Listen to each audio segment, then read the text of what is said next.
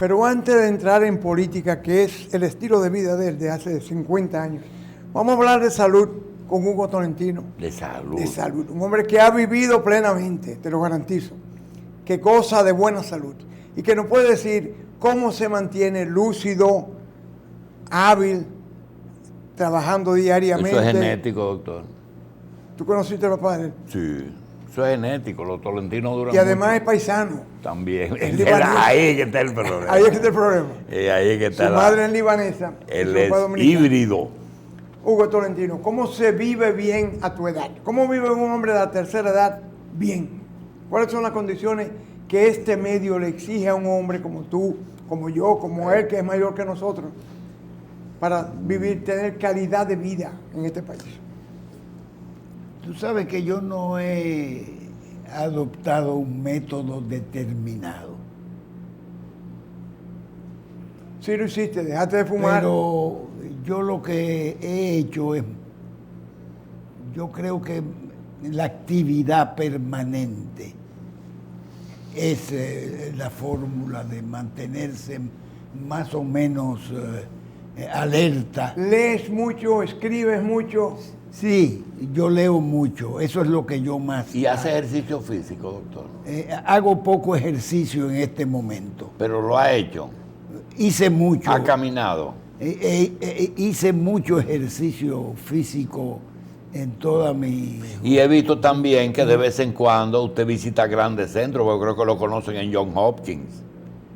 Sí, bueno, a Johns Hopkins, yo sé que tú te enteraste porque tú tenías unas relaciones muy... El doctor y yo conocíamos algunos médicos ahí. Sí, entonces yo fui a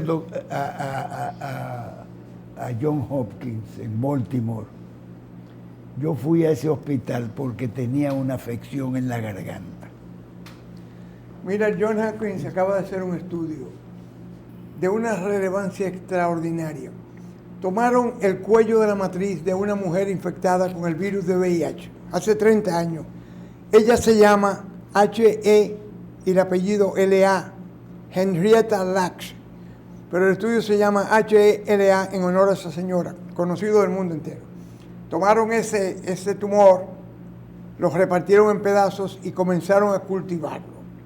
40 años después, esas células de ese cuello de la matriz, infectada con ese virus 18 del papiloma, se mantiene multiplicándose cada 18 a 20 horas, constantemente, y en todos los laboratorios donde mandaron ese pedazo de cuello uterino. Y ya comienzan a hablar en la gente de Johns Hopkins de la inmortalidad celular. Ninguna de esas células ha muerto. Vamos. El proceso de muerte celular, que se llama apoptosis, que uno la considera como un evento normal, que se vaya muriendo células de la piel, del cerebro, del estómago, lo que sea, no ha ocurrido en ese tipo de células afectada por ese virus. Pero Entonces, solamente en células cancerosas, doctor. afectada por ese virus. Las dos cosas. Las células cancerosas del otro lado, si las cultivan, también se mueren. Sí. Pero este Ese virus no. parece que constituye una especie como de dinamo, de planta eléctrica que lo mantiene mantiene las prendida. mitocondrias de esas células trabajando por 50 años. Y ya están hablando de la inmortalidad celular, De que es un ese factor virus. nuevo que después se le aplicará al conjunto de células. O sea, Johns Hopkins tiene más piezas en el espacio que cualquier universidad del mundo. Bien, doctor, Y más premio Nobel. volviendo al tema La original, ventaja hay una es- pregunta que yo le quiero, antes que sabe que yo tengo lapsus. Doctor, usted nunca ha tenido estrés, ¿verdad? Que no. ¿Cómo no? Pero Lo maneja. sí, el problema es racionalizarlo, los estrés. El que vivió al lado de Peña Gómez el día entero tiene mucho estrés. Mucho estrés. Peña Gómez era una máquina generadora de estrés. Sí, claro. La ventaja de este programa, a mí me encanta venir a este programa, es el hecho de que uno viene, siempre entrevistan a uno y uno piensa que teleaudiencia debe pensar, la teleaudiencia, que el que viene, el entrevistado, viene a decir cosas nuevas, y los que dicen cosas nuevas son ustedes. Yo me alegro infinitamente de venir a este programa porque yo aprendo muchísimo de este Bueno, ahí programa. aprendimos de la inmortalidad del cangrejo. Fíjate, la Fíjate. célula, el cangrejo todavía está No, que el cangrejo es el cáncer, doctor. Bien, Sí, doctor Tolentino, pero vamos. yo no he respondido acerca de John Hopkins. sí. Yo fui a John Hopkins con una afección de la garganta. Y el director del departamento de otorrinolaringología era un japonés que se llamaba Kashima. Era el director, un hombrecito flaquito y eso, que fumaba tabaco dominicano y que conocía la República Dominicana. Y me operó. Me dijo claramente, mire, usted no tiene células Canceroso. asesinas, pero tenga cuidado, no fume y esto porque usted puede tener células delincuentes. Y ya, Mira, hace todos los 40 años años. mueren 10 millones de personas en enfermedades relacionadas con el cigarrillo.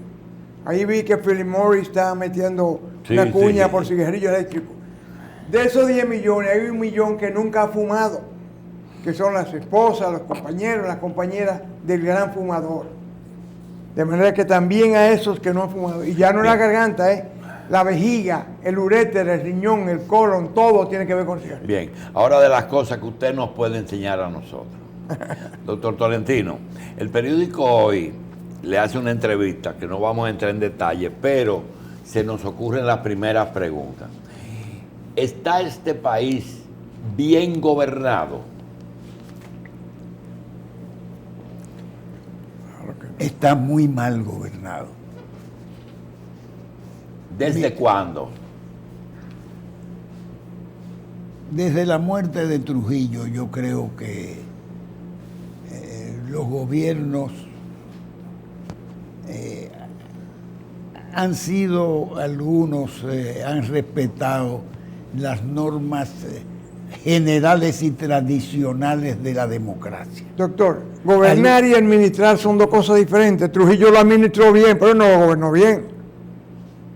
Perdón. Administrar es una cosa, gobernar es otra. Trujillo quizá lo administró bien para él. Pero yo no estoy defendiendo a Trujillo. Yo he dicho que desde la muerte de Trujillo hasta el día de hoy, que se esperaba, que todo el mundo esperaba que instauráramos una democracia verdaderamente sólida. Lo que demostró la sociedad dominicana era que no estaba preparada para concebir, para estructurar una verdadera democracia y comprender que la democracia, comprender sobre todo que la democracia conllevaba una serie de concesiones de todos los niveles sociales. ¿Qué tú entiendes que es la democracia? Por ejemplo, si uno analiza la campaña que se hizo contra Bosch para el proceso electoral que dio como resultado que Bosch fuera electo presidente de la República. Si uno analiza lo que era la concepción política de los dominicanos en ese momento, de la época, aquello es lamentable.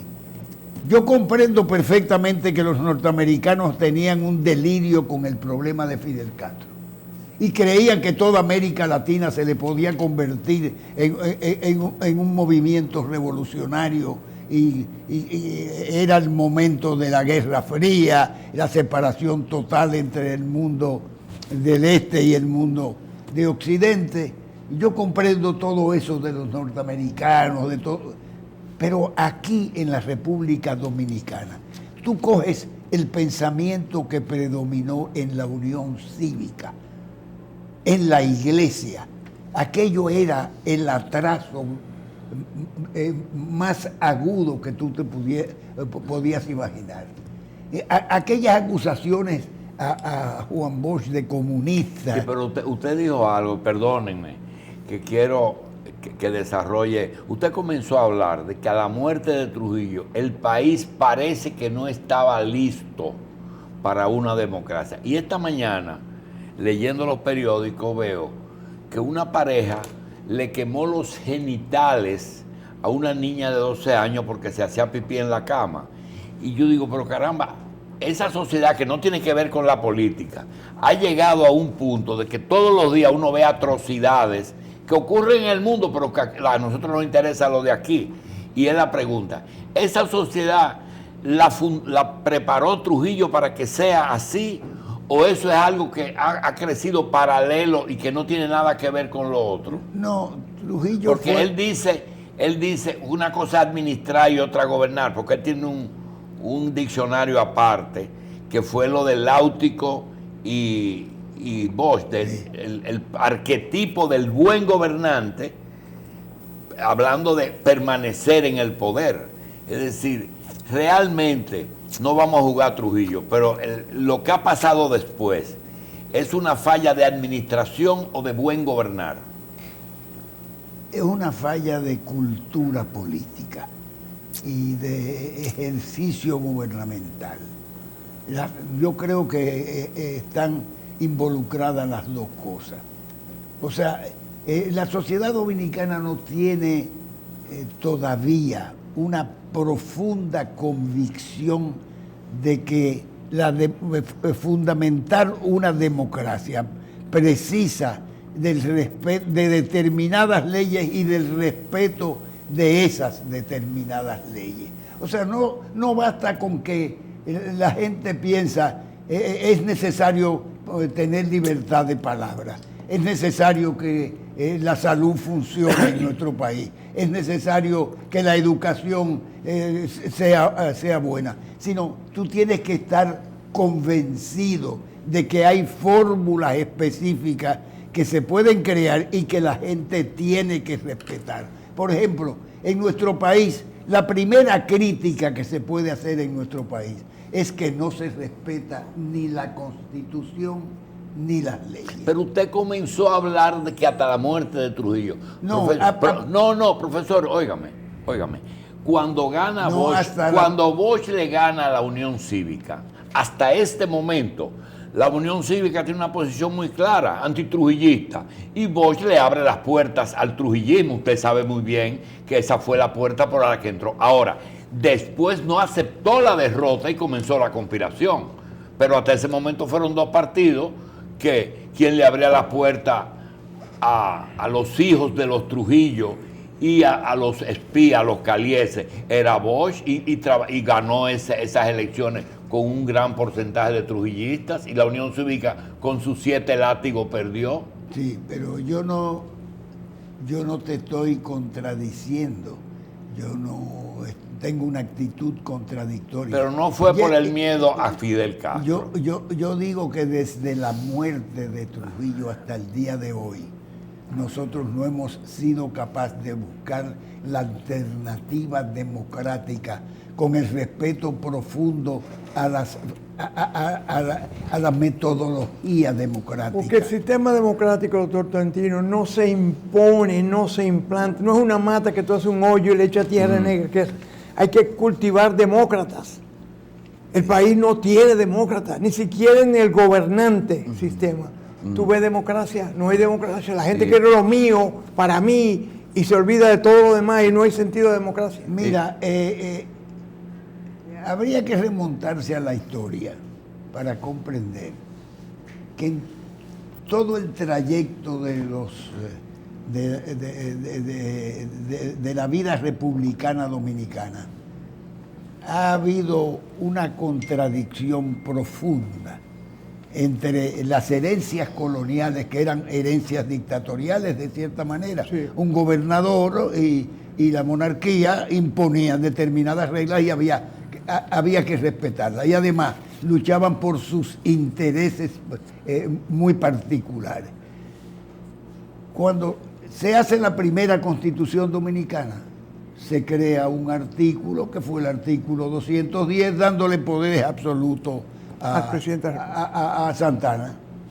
Se le dieron poderes absolutos a Santana. Y desde ahí venimos arrastrando constituciones que tienen una estructura más o menos democrática, pero que tú te das cuenta que están inclinadas al presidencialismo, es decir, al gobierno unipersonal.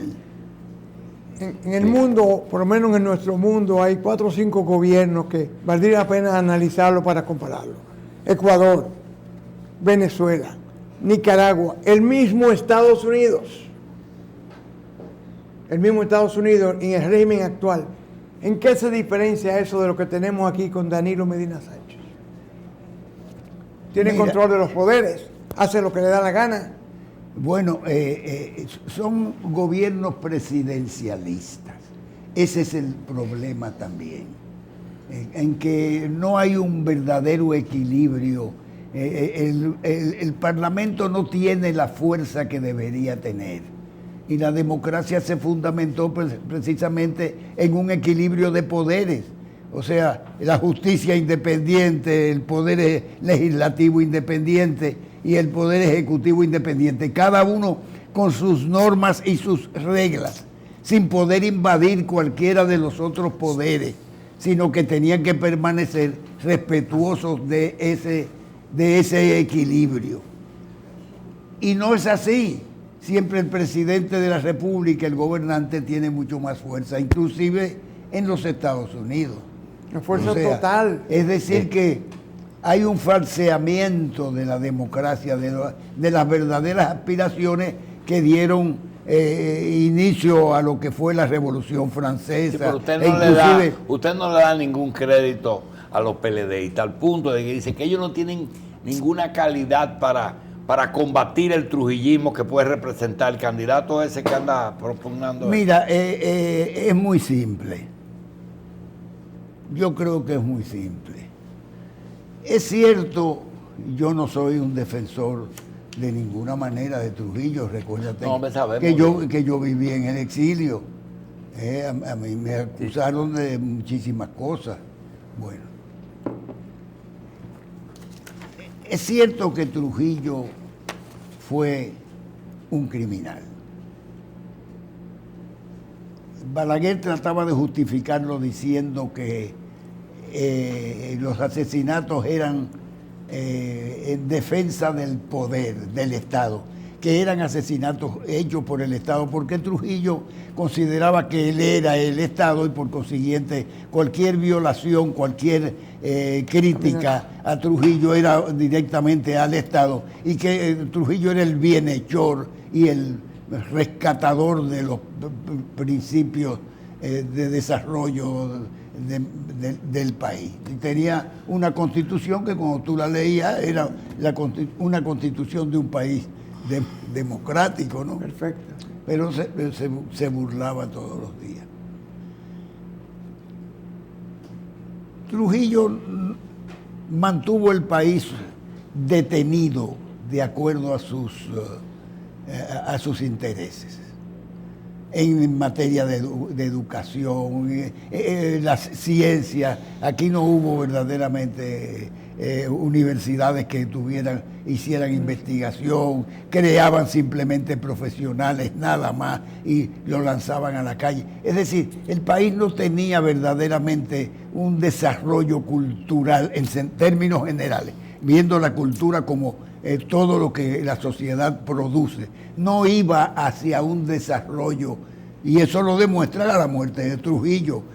Verdaderamente no había instituciones capaces de orientar en términos democráticos. No existían las instituciones democráticas en nuestro país. Eso es cierto en la época de Trujillo. La presencia de un Trujillo... Tú comparas ahora y tú dices, bueno, pero no hay crímenes políticos. Cuando mueren niños en los hospitales de niños por falta de medicina, por falta de atención médica,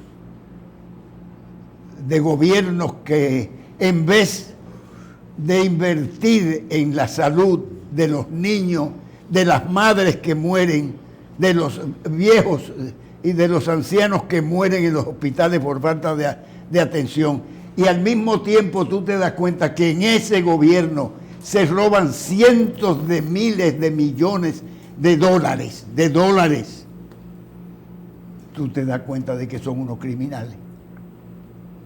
¿Cuál es la diferencia entre matar de esa manera y matar de un tiro. Doctor, pero volvemos a un... No, pero yo quiero... No, es verdad, pero Son yo no le quiero pedir crímenes excusa de Estado, aunque no sea político. no le quiero pedir excusa por esta pregunta, pero el exilio se debió más a ideología que antitrujillismo. Es decir, es que usted era socialista.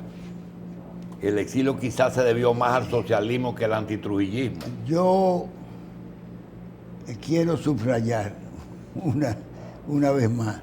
Yo tuve una formación académica fuera del país, en Francia y inclusive estuve en España en un momento, pero hice mis diplomas en Francia. Y el socialismo me llegó por el contacto con la sociedad francesa. Sí, no en la universidad. En la universidad había libertad total y había profesores socialistas. Entonces, por ejemplo, usted y Bernardo Vega tuvieron el privilegio de poder salir del país por la puerta grande y prepararse en contra de aquello que le facilitó salir. Yo creo que Bernardo salió desde su casa. Yo prácticamente salí desde la cárcel. Porque a mí me habían, por razones múltiples, sí. No fueron razones específicamente políticas, pero ya yo estaba mal visto. Ya había quejas a mi padre, que era funcionario del gobierno, de que yo no andaba por buen camino. Ya el jefe de la policía me había llamado. Bien. Bueno, ¿usted cree posible que en 2 años cambie de gobierno el país y cambie de partido? ¿Hay posibilidad real, siendo objetivo, porque usted es muy pragmático en eso? ¿Hay posibilidades de esa maquinaria terrible que tiene tanto dinero y tanto poder pueda ser vencida por un partido relativamente nuevo? Mira, yo creo que el discurso de todos los candidatos a la presidencia de la República es un discurso bastante limitado. Vacío. De todos. Yo no podría decir que vacío, pero es un discurso cotidiano que repite lo mismo de manera como un ritornelo, lo mismo que han repetido todavía Juan Bosch es el candidato a la presidencia de la República que tuvo el mejor discurso. Todavía no ha aparecido un candidato todavía con un discurso verdaderamente democrático, coherente. Doctor, tú buscas cuál es la fórmula de gobernar y de hacer política de los aspirantes dominicanos, y en el fondo lo que son son zapateros remendones. Tú ves que eso incluye a Guzmán, a Salvador y a Hipólito. A todos. Fíjate bien que lo que hacen es pronunciarse en términos de sucesos coyunturales. Los candidatos se pronuncian sobre lo que está sucediendo, pero no tienen una coherencia en el sentido de organizar toda una concepción política de acuerdo a la realidad que vive el pueblo dominicano. Aquí debería existir un político que aspirara a la presidencia de la República que fuera capaz de decir: yo creo en estas cosas, yo creo en la separación de poderes, en primer lugar. Yo creo que el respeto a la Constitución y a las leyes son fundamentales. Yo considero que la República Dominicana es un pequeño país, pero estamos en un mundo que nos condiciona. Para usted revisar esos pronunciamientos, va a encontrar que todos, cuando usted le trata, por ejemplo, el tema haitiano, ¿cuál es tu posición frente al tema migratorio? Lo que dice la ley, pero excepto lo que dice la resolución del Tribunal Constitucional. Entonces, esa constitución que tenemos, debemos reformarla una vez más y dejarla ya tranquila. Las constituciones se reforman en la medida en que benefician un país, pero no se pueden reformar por caprichos del Cada vez presidente. que me quiero quedar en el poder lo modifico. Sí, pero fíjate que es en interés del gobierno o del presidente de la Del República. presidente solo. Entonces, tú al cortarme yo no terminé diciendo lo que debería pensar y ya luego un aspirante debería decir, y yo tengo esta concepción de lo que debe ser la República Dominicana para que sea un país democrático, respetando las reglas de la democracia tradicional. Mira, Julio, y yo creo que un candidato a la presidencia de la República en nuestro país no tiene que asustar con ninguna revolución. Aquí simplemente organizando el Estado, primero haciendo del Estado una entidad decente, Transparente. totalmente transparente, y proponiéndose solucionar determinadas prioridades, es ya una revolución en nuestro país. Tolentino, compárame el 1978 con lo que está pasando ahora. Recuerda que hubo un gran movimiento del PRD, la gente se tiró a la calle y un poderoso gobernante como Joaquín Balaguer, tenía muchos años en el gobierno, fue desplazado constitucionalmente. Sí. La situación de ahora se parece en algo a la del 78. Hay tanto rechazo como había para Balaguer, lo existe ahora. Hay un partido fuerte como el PRD que pueda hacer ese movimiento. Un Peña. Mira, yo creo, desgraciadamente, que la falta de institucionalidad en nuestro país y de instituciones verdaderamente democráticas, de fe democrática en la gente, de convicción democrática en la gente, las individualidades juegan un papel exagerado. Mira, la falta que hace un Peña Gómez en esta sociedad, en momentos como estos, es extraordinaria. Peña Gómez era un político que tenía una concepción bastante coherente de lo que era la sociedad dominicana, hacia dónde debía ir la sociedad dominicana, y lo especificaba: democracia tradicional, pero gobierno compartido, una serie de desarrollo. Vivía al día cerca del desarrollo de la sociedad. Pero Peña le dio luz verde a aquellos que lo necesitaban a él. Cuando se trató de alguien que él vio que podía caminar solo, ese no le dio el apoyo. Usted comenzó hace un ratito a contestar una pregunta que el día primero yo planteé aquí, que es el perfil de un presidente de ahora, que uno cree que con una encuesta y dinero se ganan unas elecciones, y parece que es así, pero hay un perfil en que ninguno te plantea un asunto a largo plazo. Te pregunta, por ejemplo, del problema de Venezuela. ¿Qué tú crees de la posición de Miguel Vargas? Esa no es la situación. La situación es eso y mucho más que eso. Claro. Siga con el perfil del presidente que nosotros necesitamos.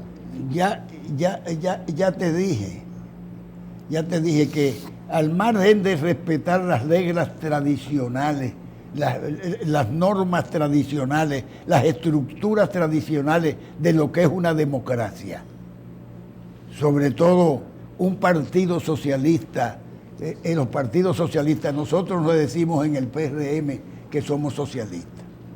La gente confunde socialismo con comunismo. No, el socialismo simplemente es dentro del marco de esta sociedad que tenemos, darle un impulso al desarrollo social, es decir, a inclinarse un poco. Liberales y conservadores que somos. Yo creo que somos todos conservadores en nuestra sociedad. No, me refiero al PLD conservador y al PRM liberal. No, el PLD lo que ha hecho es traicionar sus principios. Recuérdate que era Partido de la Liberación Dominicana. Es decir, estaba vinculado a la concepción del desarrollo de la sociedad de Mao Zedong, que era la liberación nacional.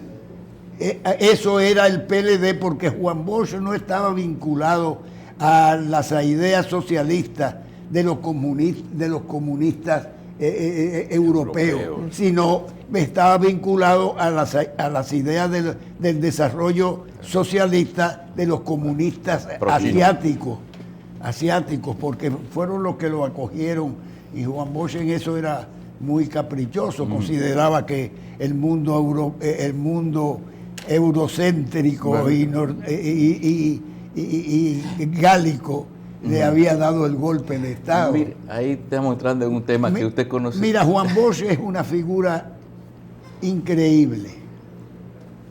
Es un ejemplo en todo el proceso electoral y en su gobierno. Tú le puedes criticar que, por ejemplo, el viejo de Costa Rica, que ya no era presidente, Pepe Figueres, le dijo a Juan Bosch claramente: aprovecha ahora y quita a todos los militares trujillistas. Y Juan Bosch no lo hizo. En ese momento, si hubiese quitado a todos los militares trujillistas, tal vez no le dan el golpe. Porque en eso, la Unión Cívica con el fuete de Viriato Fiallo flagelaba a los trujillistas, pero se apoyaron en el trujillista para tumbar al gobierno de Juan Bosch. Entonces, cuando tú te das cuenta de eso, tú te das cuenta del atraso que tenía la sociedad dominicana. Porque Unión Cívica tenía todo un programa de desarrollo más o menos democrático, pero una concepción democrática completamente... Claro, doctor, un candidato buen intencionado y con la formación y el perfil que que usted nos está ayudando a definir, pero sin dinero, ¿qué futuro le esperaría? Mira, es imprescindible el dinero en la política. Esa es una pregunta que se hace todo el mundo, porque se está condicionado y han condicionado al pueblo dominicano a recibir dinero. Lo primero que piensa un grupo de personas cuando un político se le dirige es: bueno, pero se necesita dinero para tal cosa. Es en el dinero. O sea, las campañas políticas son las zafras de nuestro país. Son las zafras. Ahí llega el dinero en ese momento. Yo creo que un candidato, si le confiesa al pueblo dominicano: aquí la política se hace con dinero, yo voy a hacer política, pero yo no tengo dinero, y comienza verdaderamente a hacer contacto con el pueblo de manera permanente, pero contacto de verdad. A mí me decía Carlos Pérez y Pérez, con quien yo no me llevé muy bien, Carlos Andrés Pérez y Pérez. Carlos Andrés Pérez. Carlos Andrés Pérez. Carlos Andrés Pérez me decía: yo gano las elecciones porque yo le doy la mano a todos los venezolanos. A mí una vez se me apareció, yo era presidente de la Cámara de Diputados, y vino el presidente de la Cámara de Diputados de los Estados Unidos, Tip O'Neill, que se pasó 25 años siendo... 30 años. Se pasó 25 años siendo presidente de la Cámara de Diputados. Y me trajo una cámara Polaroid. Y me dijo: mire, como yo era presidente de la Cámara de Diputados, me entregó la cámara Polaroid. Yo le traigo este regalo, porque yo pienso que usted puede hacer política, tal vez, usted puede aspirar a la presidencia. Y me dijo: entonces, con esta cámara, usted va a todos los sitios y se toma una fotografía con las personas. Y cuando usted le entrega la fotografía, ya esa persona va a pensar que es amigo, que va a ser amigo de una persona que puede ser presidente de la República. Yo creo que la lección era que era necesario hacer un contacto directo con la gente. Pero hay que hacer un contacto directo con la gente, diciéndole a la gente lo que la gente aspira, y diciéndole eso se soluciona de tal manera. Doctor, si me preguntan más tarde, ¿qué dijo el doctor Tolentino? Yo digo, el doctor Tolentino, yo le voy a decir para que usted me lo corrija. El doctor Tolentino dijo que estamos mal gobernados, que es un partido que se ha desnaturalizado en el poder, que eso es otra cosa, no lo que pensó su líder, y que la oposición no tiene una respuesta clara ni concreta para poder sustituir ese partido poderoso. Eso es más o menos un resumen de su participación. Tú lo has dicho, yo soy capaz de suscribir tus palabras. Sí. Yo creo que nosotros no estamos haciendo en el PRM la oposición que se merece. Fíjate cómo una simple convención del PRM lo paraliza.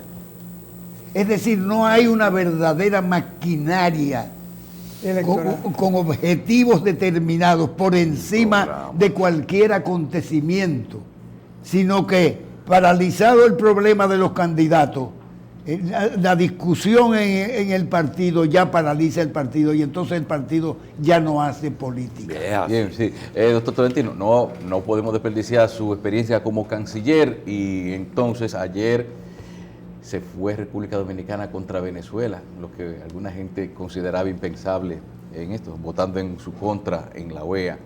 ¿Qué podemos decir? ¿Es que ya tenemos, se ha roto algo en esa relación, o cómo evalúa usted la política exterior en cuanto el giro en la política exterior en cuanto a este tema? Mira, más de una vez en el propio PRM se ha planteado el problema de Venezuela. Y tú te das cuenta de las tendencias. ¿Problema del gobierno o del pueblo venezolano? Porque hay dos problemas. Del gobierno. Del gobierno. Entonces, tú te das cuenta por dónde vienen las cosas. Yo creo que un dominicano que hemos vivido una dictadura, que vivimos intervenciones norteamericanas, que comprendemos que somos un pequeño país, que tenemos que defenderlo y mantener un equilibrio, si queremos verdaderamente decirnos independientes, cuidar nuestra soberanía, tener cierta autonomía, ¿por qué resquicios debemos meternos nosotros ahogados un poco por toda esta globalización para ser un poco independientes? ¿Cuáles son las fórmulas de ser más o menos soberanos e independientes en las circunstancias en que vive el mundo en el día de hoy? Yo creo que con el problema de Venezuela, y ya te digo que hemos tenido en el propio PRM tendencias que han querido condenar desde Hugo Chávez hasta Maduro de manera sistemática, y candidatos a la presidencia de la República que se inclinaban a la condena de Venezuela. Yo me opuse siempre, no es que mi posición fuera determinante de ninguna manera, pero me opuse a eso bajo el argumento que yo creo que debe ser el argumento democrático, sensato, de un político que viva dentro del marco de América Latina, con los Estados Unidos enfrente, con los intereses de las grandes potencias, comprender que nosotros recostarnos o obedecer las pautas de las grandes potencias es humillarnos, es someternos, en la medida en que nosotros podamos decir que no, respetando la independencia de un pueblo para tomar su propia vía, para decidir su destino, como Venezuela. Venezuela lo que tiene que hacer es resolver su propio problema. sin interferencias. Este señor secretario general de la OEA, Almagro. Almagro, se ha evidenciado como una persona intervencionista. No, esa persona ha hecho un programa personal Maduro Almagro. No, Eso casi Almagro es. sigue la tendencia también de determinadas fuerzas dentro del La que marco le dan el apoyo. del gobierno norteamericano, todo el mundo lo sabe, porque no todo el mundo en el gobierno norteamericano está a favor de ese tipo de intervención. Bien. Bajo la excusa de la necesidad de la democracia en Venezuela. Bien. Venezuela tiene que resolver su problema los venezolanos. Bien. Como hicimos nosotros. Como hicimos los dominicanos con Trujillo aquí. Exactamente. Bueno. Doctor, gracias. Doctor Gracias a Hugo ustedes. Tolentino, gracias. Se quedan cosas que yo quisiera que usted luego nos El problema hable, del porque doctor Tolentino es que él es historiador. Y entonces él se ningún arropa con la historia. Ningún Y historiador. la gente quiere... A nosotros nos queda lo internacional, nos queda la España. deuda, nos queda la moneda, nos queda el petróleo, nos queda lo de España, nos queda lo de Asia, nos queda lo de Corea, muchísimas cosas. Doctor, gracias. Gracias a ustedes.